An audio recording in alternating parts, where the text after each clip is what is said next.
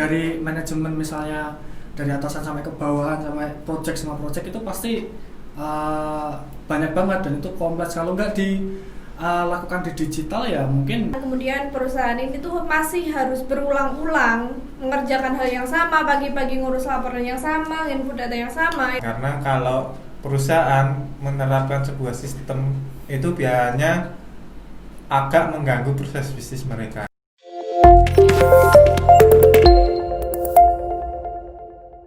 Hai Sobat Gorengan, kembali lagi bersama kami di Tas Official di segmen Gorengan Tekno. Bertiga lagi dan membahas tentang sesuatu yang menarik ya. Dan ini kayaknya genrenya bisnis lagi ya. Iya, bisnis lagi. Kita ngomongin bisnis, tapi di digital. Ya. Jadi kali ini kita akan membahas tentang digitalisasi perusahaan. Nah, digitalisasi perusahaan bersama kami, saya Anthony Rodriguez. Saya Dinar, tapi bukan Dinar Candy. Saya Oke. Nah, ini untuk digitalisasi nih, ini dimulai dari mana nih? Nah, jadi digitalisasi itu adalah sebuah konsep yang dibawa oleh revolusi industri 4.0. Iya, betul banget ini. Jadi revolusi industri 4.0 telah masuk ke berbagai sektor kehidupan, pendidikan, ekonomi, kebudayaan, itu semua sudah dimasuki. Nah, salah satu hal yang menjadi ciri khas dari revolusi industri adalah membawa segala proses yang tadinya analog menjadi digital. Nah, ini yang disebut dengan digitalisasi perusahaan. Tapi sebenarnya digitalisasi ini akan membawa segala pekerjaan yang tadinya dalam lingkup nyata menjadi lingkup maya. Jadi nggak ada batasan lagi nih tempat dan waktu. Selama kalian punya internet, berarti kalian bisa bekerja. Tapi sebenarnya menurut kalian seberapa penting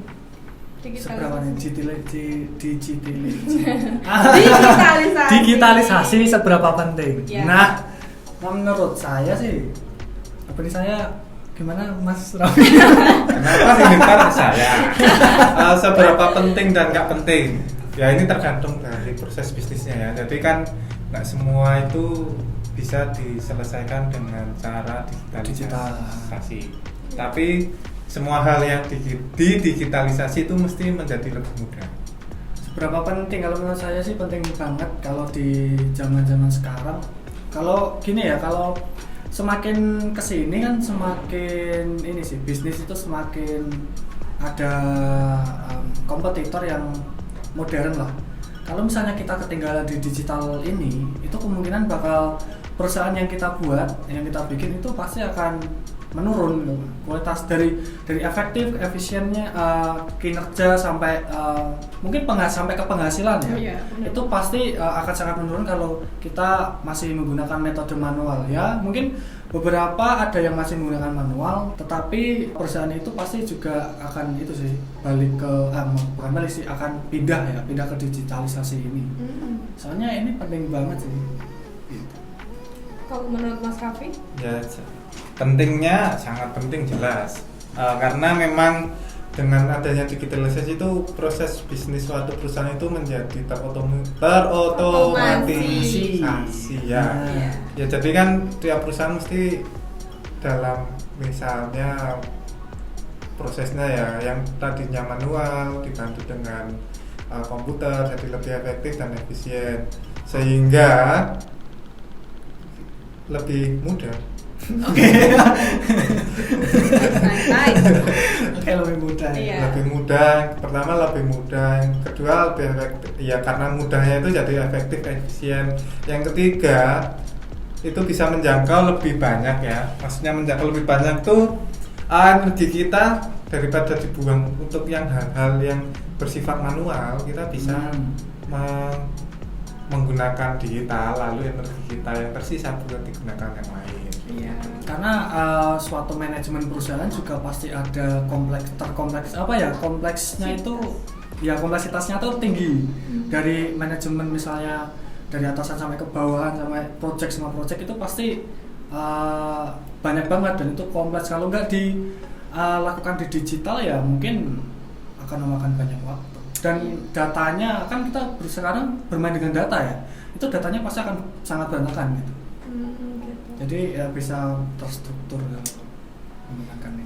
Iya, jadi sebenarnya digitalisasi itu sesuatu yang keren gitu ya untuk dilakukan. Dimana digitalisasi ini kan akan mengintegrasikan segala pekerjaannya ke teknologi. Tapi sebenarnya dalam praktiknya digitalisasi itu bukan cuma tentang teknologi yang akan digunakan, tapi ada banyak pertimbangan. Misal apakah penggunaan teknologi ini bakal jadi lebih mudah atau justru mempersulit. Ya, kemudian apakah akan memberikan manfaat yang besar buat perusahaan, dan pada akhirnya pasti bermuara pada pendapatannya bakal naik gak sih kalau ada digitalisasi. Revenue stream lah.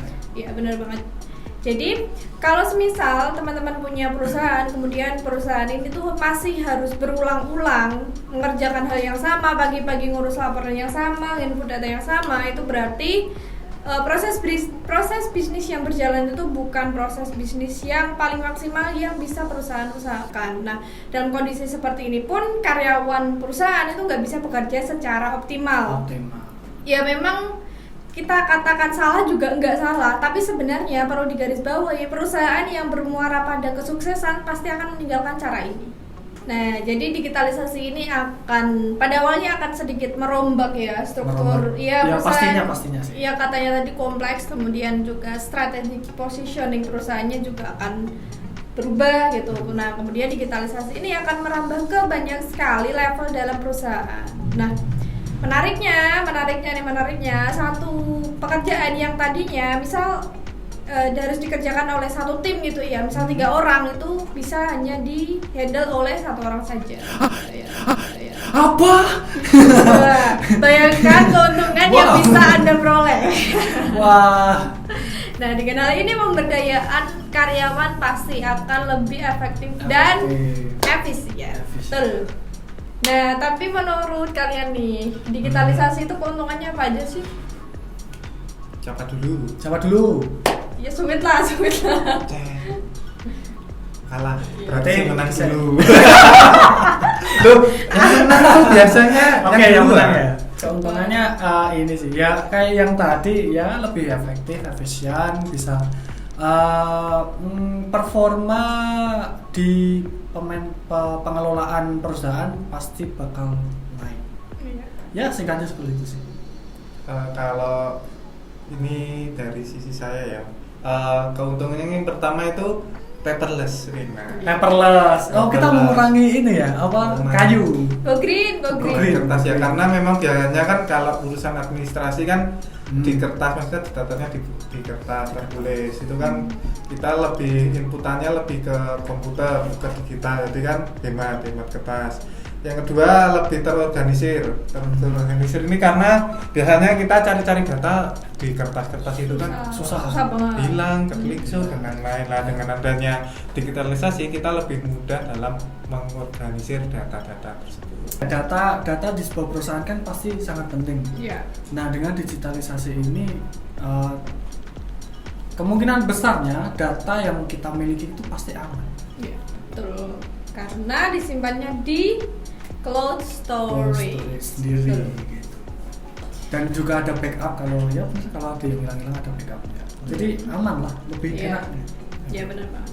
Jadi digitalisasi ini akan membuat segala sesuatu itu akan lebih cepat. Jadi misal kita kan kalau tiap hari harus ngolah laporan yang sama, itu kan kalau misal laporannya hilang aja udah pasti seharian itu. Ya benar banget. Kalau data hilang tuh pasti ini ya, nanti analitiknya agak selain itu ada lagi nanti ya. Nah, mengenai analisis nih, semua data itu pasti akan diproses semua. Nah, dan itu pasti akan menampilkan suatu analisis. Analisis ini digunakan untuk membuat keputusan ke depannya. Iya, gitu. Itu sih. Jadi maksudnya lebih mudahnya gini. Kan kalau misalnya datanya itu tertulis di buku, itu mau nganalisa kan harus buka buku, dihitung lagi. Sedangkan kalau digitalisasi, kita misalnya mau menghitung penjualan misalnya, atau mungkin produk yang sering banyak dibeli misalnya. Jadi kan kalau menggunakan digitalisasi, kita tinggal olah aja lewat komputer, lebih mudah. Nah, jadi selain perusahaan itu dapat mendapatkan laporan dalam waktu yang sekejap, laporan juga nggak mungkin cacat atau rusak. Jadi nggak mungkin kehujanan, kebakaran itu no. Dan real time. Betul banget. Real time. Wow. Nah, jadi karena paperless nih, seperti yang dibilang Mas Raffi, dananya itu bisa dialihkan untuk pekerjaan-pekerjaan lain yang lebih penting. Jadi nggak cuma biaya buat pengadaan kertas, tapi termasuk pengadaan untuk printer, kemudian servis printer. Itu kan biayanya pasti kan ya lumayan gitu loh. Lumayan. Nah, jadi dengan digitalisasi itu cost perusahaan bakal berkurang. Nah, jadi digitalisasi itu bisa di back end perusahaan, artinya di segala sesuatu administrasi di dalam perusahaan itu, atau bisa di front end juga. Front end itu adalah pekerjaan-pekerjaan yang langsung berinteraksi dengan penggunanya. Jadi contohnya kalau misal back end itu kayak sistem pelaporan absensi, sistem manajemen HRD, itu masuknya di back end. Nah, kemudian kalau di front end itu misal kayak di sistem jual beli. Kalau transaksi penjualan itu kan langsung bertemu gitu. Iya, bertemu dengan user, itu namanya front end. Oke. Jadi lebih baik Pilih back end atau front end? ini dilihat dulu ya, karena semua itu bermula dari proses bisnisnya dulu. Karena Proses memang bisnis. ya proses bisnis semua itu mulanya dari proses bisnis dulu. Karena memang setiap perusahaan kan unik itu berbeda-beda proses bisnisnya. Jadi kalau mau dilihat front end atau back endnya dulu, kita lihat dulu dari sisi proses bisnisnya. Kira-kira proses bisnisnya itu kompleksitasnya itu dari sisi mana? Jadi kalau misalnya dari sisi front end atau sisi back end yang tadi dijelaskan Dinar, lebih kompleks di front end-nya, maka kita lebih baik digitalisasi dari sisi front end-nya. Seperti itu. Tapi nggak menutup kemungkinan langsung dua-duanya bisa, nggak bisa. Iya, kalau bisa dapat 2 kenapa harus 1 ya? Tapi karena itu ada tantangan juga bagi perusahaan, karena kalau perusahaan menerapkan sebuah sistem itu biasanya agak mengganggu proses bisnis mereka. Jadi misalnya front end-nya sendiri yang misalnya ke customer biasanya kita dengan manual, tapi kita akan menerapkan sistem, makanya pakai aplikasi atau menggunakan digitalisasi ya. Jadi kan biasanya karyawan atau perusahaan itu agak bingung untuk implementasinya. Jadi ya itu tantangan terberatnya ya dari sisi front end atau back end seperti itu. Mau nambahin atau mau nambahin senyum aja? Enggak sih, kalau nambah senyum juga nggak apa-apa. Nah, kalau untuk front end back end kemungkinan ini sih bisa dipakai kayak sistem piramida, primer, sekunder, tersier gitu. Tapi kemungkinan besar juga gini sih, kalau setiap perusahaan kalau bikin front end sama back end biasanya itu biasanya bareng sih malah. Jadi saling melengkapi gitu. Saya siapa sama siapa nih? Saling melengkapi. Jadi ngene ya. Jadi ngene. Kalau front end, misalnya kita ambil contoh kasus e-commerce. Nah, front end, kalau front kan kita ngambil dari bisnis to client ya, B2C benar. Ya bisa B2C, bisa B2B. Nah, kalau ini kan langsung ke klien gitu. Kalau ada front end-nya itu tapi back end-nya berantakan juga nggak bakal bisa. Karena kalau di kebanyakan kawan. Nah, kalau udah berapa kali kalau? Nah, ini kan front end di e-commerce kan berarti kan ada sistem jual belinya di situ. Nah, sistem jual belinya itu back-endnya, menurutku gitu. Back-endnya dari segi misal proses pengirimannya gimana, proses trackingnya gimana, proses perhitungan kayak perhitungan semua total belanja dan lain-lain gitu sih. Itu di back-end. Itu menurut saya sih gitu. Pandangan saya ya. Yeah. Kalau salah ya correct me if I'm wrong. Cemil, terus komentar di bawah. Iya, benar. Jadi kesimpulannya kalau bisa bareng, atau mungkin harus bareng kalau mungkin sih.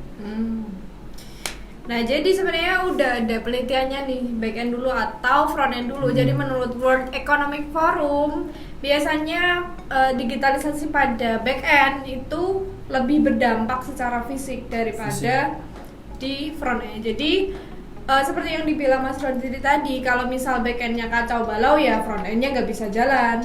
Nah, benar banget. Nah, jadi Di sini ada beberapa hal yang menjadi prioritas gitu ya, yang harus didigitalisasi itu apa dulu, itu ada manajemen SDM, kemudian pengarsipan surat dan penyimpanan database. Nah, 3 hal ini adalah proses bisnis yang harus segera didigitalisasi. Nah, pada akhirnya perombakan ini kan harus sesuatu yang harus dilakukan gitu ya. Walaupun pada akhirnya mungkin sulit gitu ya, akan mungkin perlu pelatihan dulu atau perlu mengeluarkan isi dompet Ya, terlebih tetap dahulu. lah. Belajar Nah, ya, tetapi harus. pada akhirnya transformasi ini akan meningkatkan pemberdayaan, kemudian meningkatkan pengelolaan dana gitu. Nah, gak hanya itu, karyawan juga bisa bekerja secara every time dan everywhere. Apalagi saat pandemi kayak gini kan sulit gitu ya untuk kembali ke sistem bisnis yang manual. Iya, harus ketemu, kemudian harus ke kantor bareng-bareng, itu kan udah sulit. Makanya digitalisasi. Nah, makanya pandemi ini seperti memaksa gitu untuk setiap perusahaan harus segera melakukan Digitalisasi. Iya, betul banget. Berarti ini di tengah pandemi ini digitalisasi itu merupakan kunci utama ya. Iya. Bisa dibilang begitu. Iya. Dan digitalisasi ini bisa membantu perusahaan dalam melampaui target bisnis mereka. Padahal seperti lampu penerangan di tengah gelapnya pandemi. Nah, pada akhirnya perusahaan harus secara konstan mendorong peningkatan level perusahaannya. Nah, maka daripada itu perusahaan pun harus berubah dan mengembangkan tiap levelnya ke level yang lebih baik. Nah, digitalisasi ini adalah kunci bagaimana perusahaan akan bergerak ke yang lebih baik. Gitu. Nah, tujuan utamanya menjadi lebih baik. Iya, dan melampaui target bisnisnya. Betul. Kalau menurut aku, proses bisnis adalah sebuah raga, sedangkan digitalisasi itu adalah sebuah nyawa. Itu artinya tanpa digitalisasi perusahaan hanya akan berjalan tanpa arah tujuan yang jelas gitu.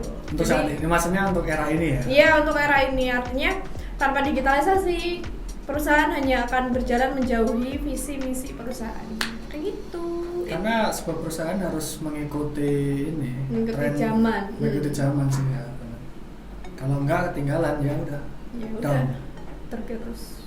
Nah, itu dia sedikit bincang sore ini dalam segmen gorengan teknologi. Sayang sekali nggak ada gorengan benerannya ya. Nah, apabila teman-teman merasa video ini menarik dan memberikan manfaat, jangan lupa untuk like, komen, subscribe, dan jangan lupa untuk share ke seluruh media sosial kalian. Biar teman-teman kalian yang punya perusahaan ini nggak salah arah, kemudian malah tergelincir ke jurang kebangkrutan. Sebagai teman yang baik. Itu dia pembahasan kita sudah selesai. Ada tambahan Mas Raffi? Sedang bertinggi dia. Nggak ada, sepertinya sudah semua. Oke, terima kasih teman-teman untuk yang sudah menonton video ini sampai akhir. Semoga bermanfaat. Kami dari Gorengan Tekno undur diri. Saya Anthony Rodriguez. Saya Dinar, tapi bukan Dinar Candy. Saya Husni Raffi. Salam Gorengan Tekno.